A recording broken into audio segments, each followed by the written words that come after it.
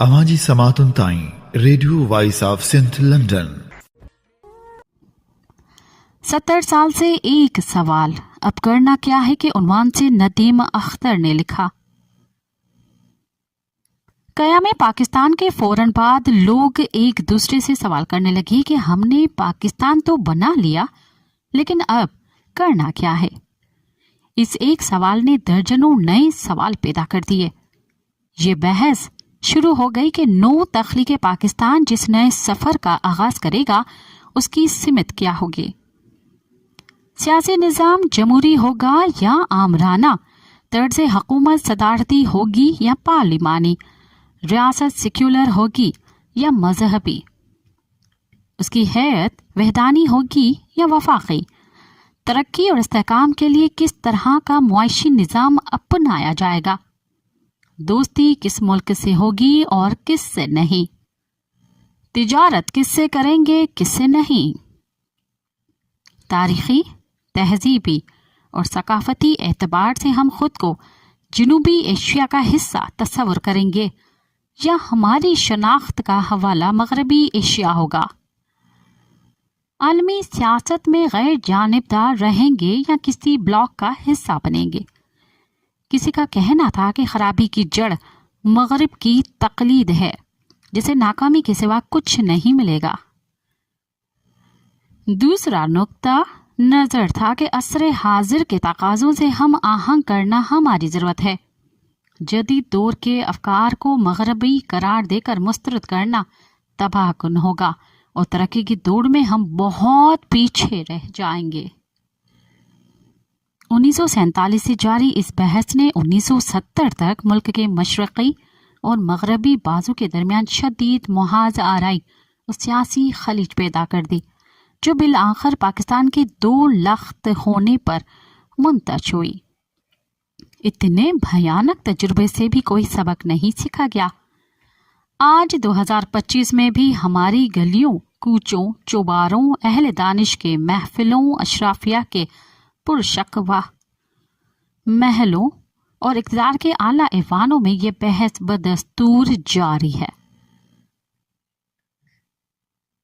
हमें इस अमर पर जरूर गौर करना चाहिए कि पौन सदी गुजरने के बाद भी हम अपने मुस्तकबिल के लिए किसी राह का तयन क्यों नहीं कर सके। बात का आगाज इस नुक्ते से करना होगा कि आज़ादी से कबल के इंतहाई अहम बरसों में मुस्लिम लीग की जानिब से कोई ऐसा आईनी खाका क्यों तैयार नहीं किया जा सका जिसे वाज़ेह हो जाता कि नई तश्कील शुदा रियासत और इसमें शामिल इकाइयों के दरमियान बाहमी ताल्लुक की क्या नोयत होगी और ममलिकत का निज़ाम किन आईनी उसूलों, कवानीन, ज़ाब्तों और मुंतखब जमहूरी इदारों के तहत चलाया जाएगा। अगर ये काम हो जाता तो क़याम पाकिस्तान के फौरन बाद दस्तूर साजी का अमल बाआसानी शुरू किया जा सकता था। सवाल ये पैदा होता है कि कोई आईनी खाका मरतब क्यों ना किया जा सका।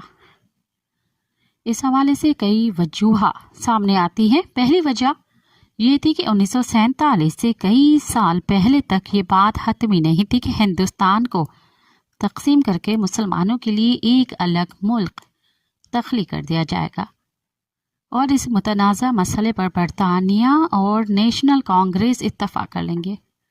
इस वक्त ये भी मालूम नहीं था कि अगर पाकिस्तान बन जाता है तो क्या तमाम मुस्लिम अक्सरियती सूबे मुकम्मल तौर पर इसका हिस्सा होंगे या उन्हें भी फ़िरका वाराना बुनियादों पर तकसीम कर दिया जाएगा। किसी इब्तिदाई आईनी खाके की तैयारी में एक बड़ी रुकावट कायदे आज़म और मुस्लिम लीग की ये अव्वलीन तरजीह भी थी कि पाकिस्तान की तख्लीक के लिए हिंदुस्तान के मुख्तलिफ हिस्सों में आबाद और मतनू नस्ली, लसानी, सकाफती, तहजीबी और मसलकी शनाख्त रखने वाले मुसलमानों को पहले एक कौम के नारे पर मुत्तहद किया जाए। किसी आईनी मिसाक का मामला उठाना उनके दरमियान तनाज़ा पैदा कर सकता था, लिहाजा ऐसा करने से गुरेज किया गया। ये वो अमामिल थे जिनके बायस इम्कानी तौर पर वजूद में आने वाले पाकिस्तान के लिए कोई जामे आईनी खाका तश्कील देना मुमकिन न हो सका। पाकिस्तान के बरअक्स हिंदुस्तान को इस नोयत के मसाइल का सामना नहीं था। इंडियन नेशनल कांग्रेस की क़यादत को यकीन था कि दूसरी जंग अजीम के गैर मामूली माली दबाव के बायस बरतानिया बहुत जल्द हिंदुस्तान को तकसीम किए या किए बगैर आज़ाद करने पर मजबूर हो जाएगा। लिहाजा कांग्रेस ने 1947 से कबल ही आइन की तैयारी का काम शुरू कर दिया था। दिलत रहनुमा डॉक्टर अम्बेडकर की सरबराही में कायम ड्राफ्ट कमेटी ने 1940 में अपना काम शुरू किया और नवंबर 1949 में दुनिया का तवील तरीन तहरीरी आइन मुकम्मल कर लिया, जिसे 26 जनवरी 1950 को नाफिज कर दिया गया। इसी तरह हिंदुस्तान पायदार जमहूरियत की राह पर गामजन हो गया। ताहम पाकिस्तान के हवाले से ज्यादा गौर तलब अमर यह है कि आज़ादी के बाद भी आइन साजी का अमल गैर मामूली ताखिर और मसाइल का शिकार क्यों रहा। इस ज़माने में यह हकीकत तस्लीम करनी होगी कि इस काम के लिए दरकार अहलियत और ताकत कायदे आज़म के अलावा किसी और मुस्लिम लीगी रहनुमा के पास मौजूद नहीं थी। पाकिस्तान की दस्तूर साज असेंबली का पहला इजलास 10 अगस्त 1947 को कराची में मुनक़िद हुआ। 11 अगस्त को कायदे आज़म को असेंबली का सदर मंतखब कर लिया गया, जिन्होंने पाकिस्तान के शहरियों और अक़लियतों की बुनियादी हकूक़ से मुतल्लिक़ एक कमेटी कायम की, जिसे असेंबली में ज़रूरी कानून साजी का अमल भी सरअंजाम देना था। 15 अगस्त को कायदे आज़म ने मुल्क के पहले गवर्नर जनरल के ओहदे का हलफ उठा लिया और नए आइन की तैयारी तक नौ तख्लीक रियासत का इंतज़ाम और इंसराम government of India act Mujaria 1935 के तहत चलाने का फैसला किया गया। लेकिन बाद अज़ा एक बड़ा अलमिया ये रोनमा हुआ कि आज़ादी के बाद कायदे आज़म मुस्तकिल अलालत के बायस सिर्फ 13 माह जिंदा रह सके, लिहाजा आइन साजी के हवाले से कोई नतीजा खेज पेश रफ्त न हो सकी। उनकी रहलत के बाद रियासत के इन ताकतवर अनासर की जानिब से इक़्तिदार पर कब्जे की खतरनाक रसाकशी शुरू हो गई, जिनके मखसूस मफादात का तकाजा था कि इक़्तिदार आला को किसी भी कीमत पर अवाम के मुंतखब करदा पार्लियामेंट के पास मुंतकिल होने से रोका जाए और इस मकसद के लिए आइन साजी के अमल में हर मुमकिन रुकावट डाली जाए। तमाम तर ताख़ीरी हरबों के बावजूद दस्तूर साज असेंबली ने 1954 में आइन का मसूदा तैयार कर लिया, जिसमें हतमी मंजूरी के लिए पार्लियामेंट में पेश किया जाना था। इस अमल से फरार की जब कोई राह न मिली तो अक्टूबर 1954 में इस वक्त के गवर्नर जनरल और ब्यूरोक्रेट गुलाम मोहम्मद ने दस्तूर साज असेंबली तहलील कर दी, लेकिन मोहम्मद अली बोगरा को वजीर आज़म रहने दिया।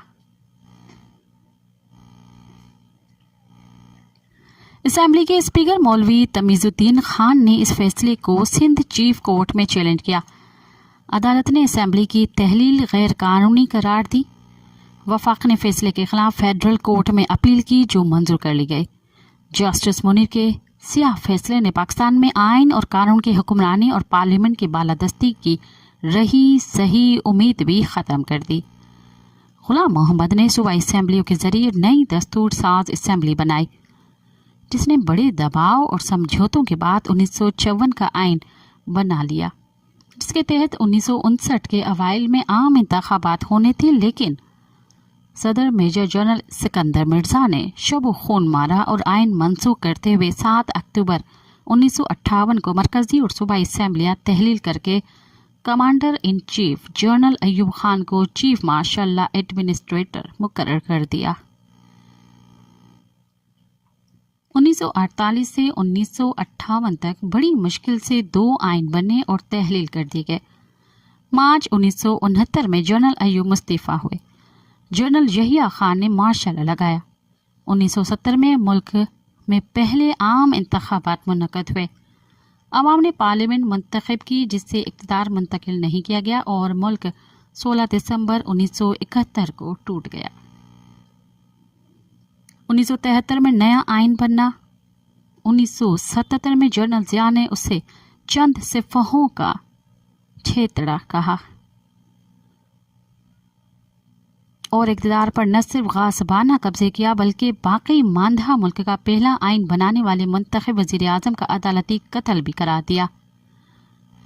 ज़ियाउल हक के बाद 58 2B के जरिए पार्लियामेंट और वज़राए आज़म को बेतौकीरी किया जाता रहा। 1999 में बराह रास्त इक़्तिदार की हवस फिर जागी और जनरल परवेज मुशर्रफ ने जमीन पर बैठे वजीर आजम को हाईजैकर करार देकर जेल की काल कोठड़ी में फेंक दिया। जनरल परवेज मुशर्रफ की जाने के बाद भी बिलवास्ता मुदाखलतों के जरिए पार्लियामेंट की बालादस्ती कबूल नहीं की गई ताकि मुल्क अवामी उमंगों के मुताबिक अपने मुस्तकबिल की राह मुतय्यन न कर सके। जिन मुल्कों ने मसीहाओं का इंतजार नहीं किया और मुंतखब ऐवानों के जरिए अपने अवाम की इज्तिमाई दानिश से रहनुमाई ली और फैसले किए, वो तरक्की करते चले गए। कैसा अलमिया है कि हमारी पार्लियामेंट आज भी अपनी बालादस्ती के लिए चौमुखी जंग लड़ रही है। जरा सोचिए, हम 77 साल किसी मसीहा के इंतजार में बर्बाद करने के बजाय अगर पार्लियामेंट की बालादस्ती कायम कर लेते तो आज हालात कितने मुख्तलिफ होते। पाकिस्तान न सिर्फ मुत्तहद रहता बल्कि एक सनत याफ्ता मुल्क बन चुका होता और हम एक दूसरे से ये सवाल करके शर्मिंदा भी ना हो रहे होते कि अब हमें करना क्या है, जाना कहाँ है। अवाजी समातुन ताई radio voice of Sindh London